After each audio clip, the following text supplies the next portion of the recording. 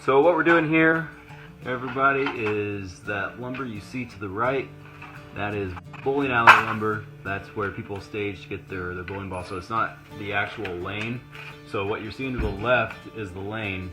We're not getting that hardwood for the bus. We're getting this hardwood over here. So the back section is going to be where the diesel heater is. And we're going to rip down the middle of this. One's going to be for the kitchen counter. One side's kitchen counter. The other side is going to be the desk. So it's going to be a long process. This wood is absolutely heavy. We did some calculations on it. I think it was 390 pounds for this 10-foot sheet.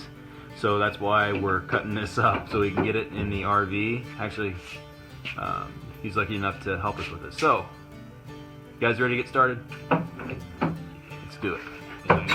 So you want to look up where this came from. What was it called again? The Rollerball in Winslow. Rollerball in Winslow. Rollerball in Winslow, Arizona. That's where this originally came from. And then it turned into a furniture store. And now it's going into Irma, the school bus. So, yeah, we have to.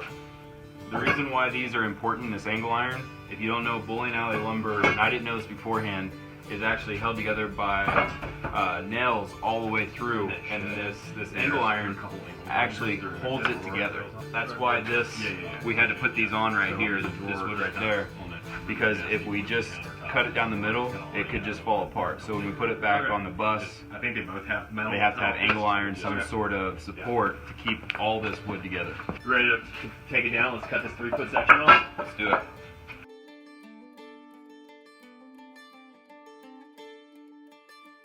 And like I said before, this front part that we're going to cut off is for the tabletop of the diesel heater.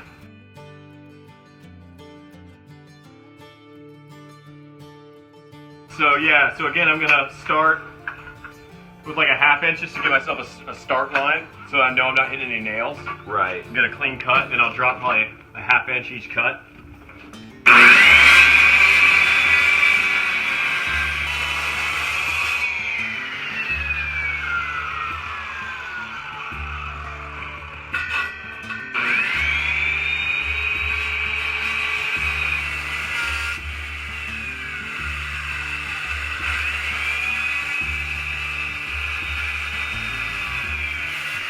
So what happened right there when you saw those sparks, it was a nail. So throughout all this wood there's nails in there, so he has to go down just a little bit at a time and keep cutting, and then a sawzall will be what actually cuts through those nails.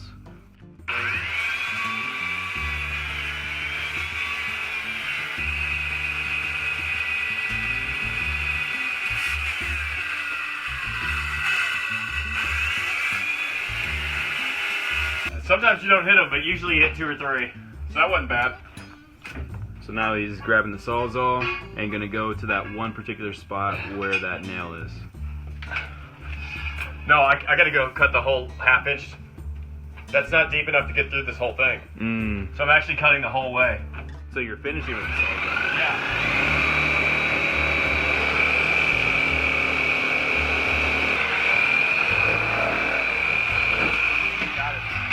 Garbage. Except as a guide. So this, Not bad. yeah, this is gonna be the top of the where the diesel heater is gonna go. This is the nail that was causing all the problems right there. So as you can see, what was this again? Was this 2.5 inch. 2.5 inch thick? So you see hardwood. the 7 1/4 inch blade goes this deep, and the last 1/2 inch or 3/8 or so had to be cut with a sawzall. You get a piece of the nail right there? Wow. So it's hardened steel because it's even harder than a regular nail. If you had to guess how old these were, like just off the top of your head, how old do you early think? 80s. Early So, 80s.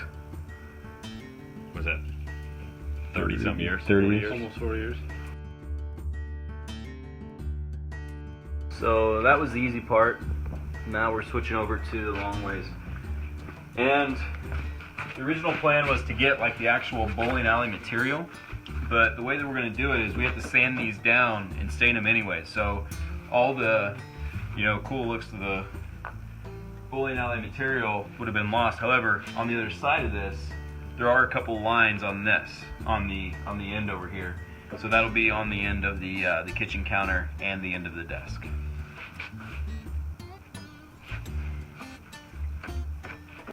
All right, let's flip this thing up and over.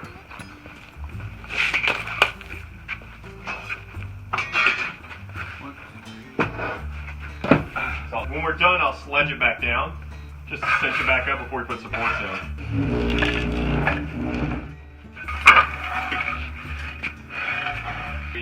Nearly as heavy. Nope.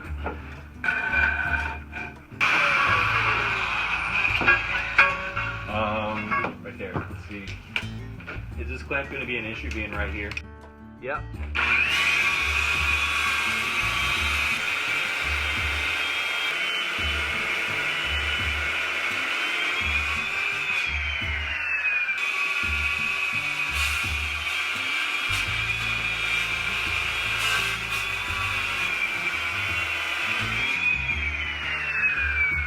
Oh yeah. See that? Yep. We'll sledge it back together fine.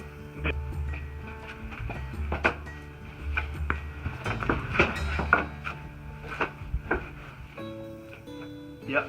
Good. Cool. We might be able to just pry it apart, to be honest. Yeah, just leave the nails in it. If we can pry it apart with the nails in it, then we can set these up on their sides and just cinch the shit and then put the bars on it and tighten it up. Right. Does that sound good? Sounds good. Is we have it cut right down the middle, actually on one of these seams, because if you look at how this is put together, this is actual multiple pieces of wood. So what we did was actually cut right down the middle of one of these pieces of wood, and instead of cutting through the nails, what we're going to do is actually pry this apart, and then that way the nails stay in one side or the other, and then we're going to cinch it down. So put it on its side, and then hammer it all down. Not work, but this is experimental. I've never done this now at this point. Oh yeah. So now that's fat enough you can get in here. Yeah. Yeah. So this is just a starter bar. This is the big dog. So I was thinking if we did the same thing to this side, we're almost done. So that's okay. You'll just have to re-nail that because the nails holding that piece are being pulled out right now. Mm-hmm. So at this point, maybe go get that angle grinder and let's just chop the nails if we can get to them. All right. Yeah. There you go. Nice. There we go. All right. So let's get off that real quick.